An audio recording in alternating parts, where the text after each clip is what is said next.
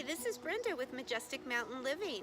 I'm just going to get started now with step 3 of our gardening series, and today what I'm going to do is start planting some tomatoes, some peppers, and a few squash plants. So in section 1 we talked about preparing your beds. Section 2 I did some seeding, and today section 3 I'm going to do some actual planting of tomatoes and peppers. And I think I have a couple squash over there. So today is May the 5th. Normally we shouldn't be putting out plants till after Mother's Day, but it looks like the weather is going to be really nice. So I'm going to go ahead and take a chance. It's pretty sunny out. So I've got my hat on, sunscreen, and I'm going to get started.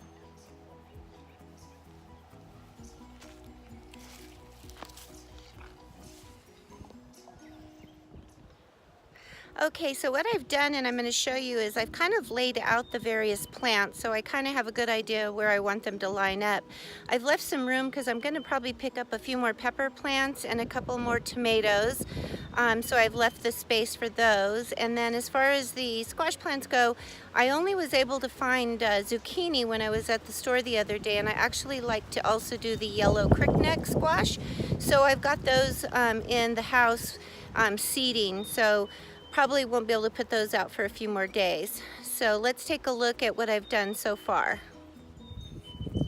So in this bed over here, I did get most of that mint out, and I've just laid out the various tomato plants.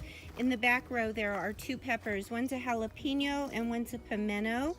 And then I've got some cherry tomatoes, some early girl, and some better boy. We did find the early girls do really well. Usually we get our first set of tomatoes from there.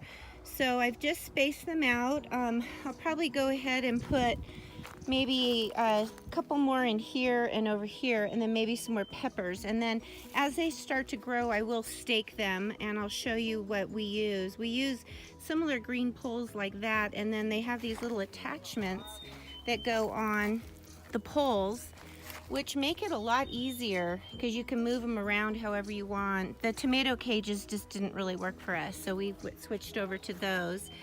And then over here, I've just set out the 3 zucchinis, and the water is on each side of them, so I tried to line it up to where the holes were also in the drip system. And then I'm going to put the yellow squash over here. Keep in mind, squash plants do get very large, so I've tried to space them out pretty good, and then I'll probably put maybe 4 of the yellow squash in this area. And I'll eventually cut back that beet. I've just left it for the greens to either put in a smoothie, or even could put it in a salad if I wanted. So, and then I left a lot of the mint just on the edges here because it doesn't seem to bother my plants. But it will grow back into the bed, so it'll be a continual picking out the new mint that grows in there. So, and then let's see. This bed, as I talked about, was going to be for the green beans, and I do have a video that I did this morning, so we'll put that together with this one as well. So I'll continue planting. Okay, so I got my green bean seeds, and you can see these are actually bush beans. For the last few years I've just done bush beans. It's just been easier for me in this particular bed. But if you have a lot of space, you can always do like little teepees or whatever trellises you want, and you can grow your green beans vertically. What I've done here this morning is I did wet the dirt a bit, and then I just took a dowel and drew kind of a line that you can see across in this area. I tried to keep it as close to the water source. I do have drip line in there, so I want to keep the new seeds as close to the water source as possible. So now what I'll do is I'm just going to open up the packages and try and space out the seeds as evenly as possible. It's kind of hard to see with the eggshells, but you can see the seeds here in this little trench, and I don't cover them until I'm all done so that I can remember where I put them all. As far as the spacing, the package says 2 seeds every 4 inches, but I've just spaced them out 1 seed. And then the recommendation is every 2 weeks to put more in so that you have a constant growing season of fresh beans. So I'll once I see which ones are coming up, then I'll go back in a couple weeks and put another seed next to them. So I'll have a couple of different grow seasons. So I'm going to go ahead and cover these and sprinkle them lightly with water. We're supposed to get some rain tomorrow, so that'll also help start the germination. It's supposed to get down to 36 tonight, so that's probably not ideal. You kind of want the ground to be a little warmer, but I think it'll be fine. All right, and then I'm going to plant my tomatoes and peppers next.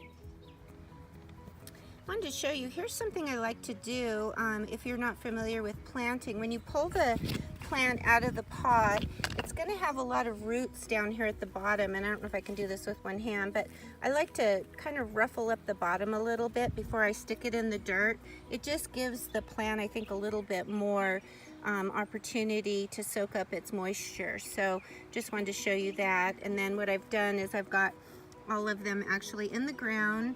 I will go ahead and water them really well. Although this is a drip system, I think tonight or just right now they look a little wilty. Some of the pots were a little dry when I started planting, so I'll go ahead and give them a good water.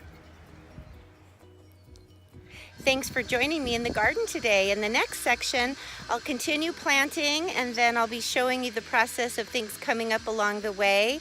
It shouldn't be long. I think we'll start seeing something within a week, so stay tuned, and I look forward to seeing you soon. Have a wonderful evening.